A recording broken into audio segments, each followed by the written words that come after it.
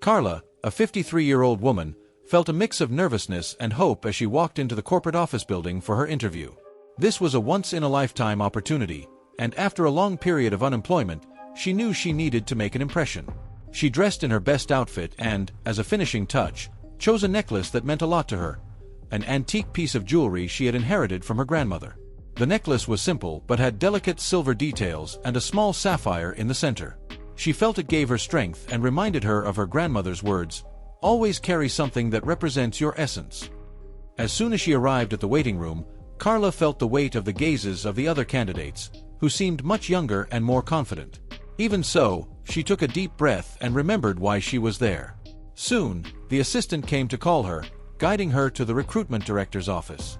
On the other side of the desk was Regina, a woman of approximately 60 years old, known for her firmness and impeccable reputation in the business world. Carla sat down, and the interview began with formal questions about her experience and skills. She answered calmly, demonstrating knowledge and commitment. However, at a certain point, Regina interrupted the conversation and stared at the necklace Carla was wearing.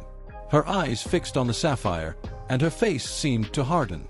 Carla, noticing the change, tried to hide her discomfort, but the silence was evident. "That necklace, where did you get it from?" Regina asked, her voice sounding colder than before. Carla, confused and surprised by her reaction, replied that it was a family heirloom.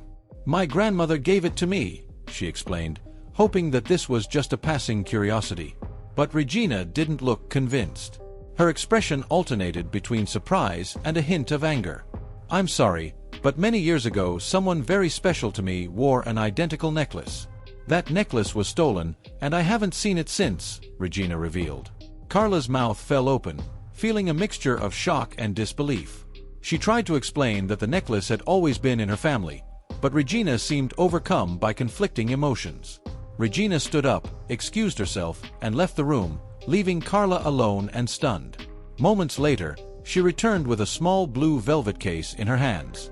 Upon opening it, Carla saw an old photo of a young woman wearing the same necklace. The details were identical: the same chain, the same design, the same sapphire. Carla felt a chill run down her spine. Could it be that her grandmother was involved in something dark? Regina then explained that the necklace had been a gift from her father to her mother, a symbol of love and fidelity. "My mother wore this necklace every day, until she disappeared under strange circumstances. The necklace was the last item she saw in our house," Regina said, her voice breaking. Carla felt divided, trying to understand how such a significant object had ended up in her family. Even so, her intuition told her that the necklace held more stories than she could ever imagine. Driven by intense curiosity, Carla decided to investigate further. She began to rummage through old family letters and documents in search of answers. Each new discovery seemed more intriguing than the last. Until, in one of her grandmother's letters, she found a cryptic message: "Not all secrets can be revealed, but some loves are eternal." Upon reading this, Carla began to suspect that her grandmother and Regina's mother might have been close, perhaps even friends or something more. Days later, Carla returned to Regina's office with an open heart and a proposal for reconciliation. She offered Regina the necklace, saying that perhaps this was the moment to bring peace to their story.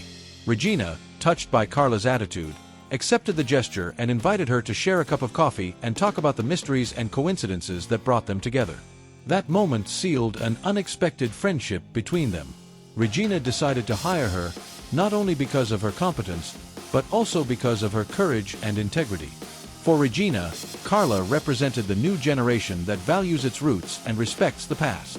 The necklace, now a symbol of forgiveness and understanding, became a link between the two families, finally pacifying a secret that, for so many years, had kept love and pain at bay.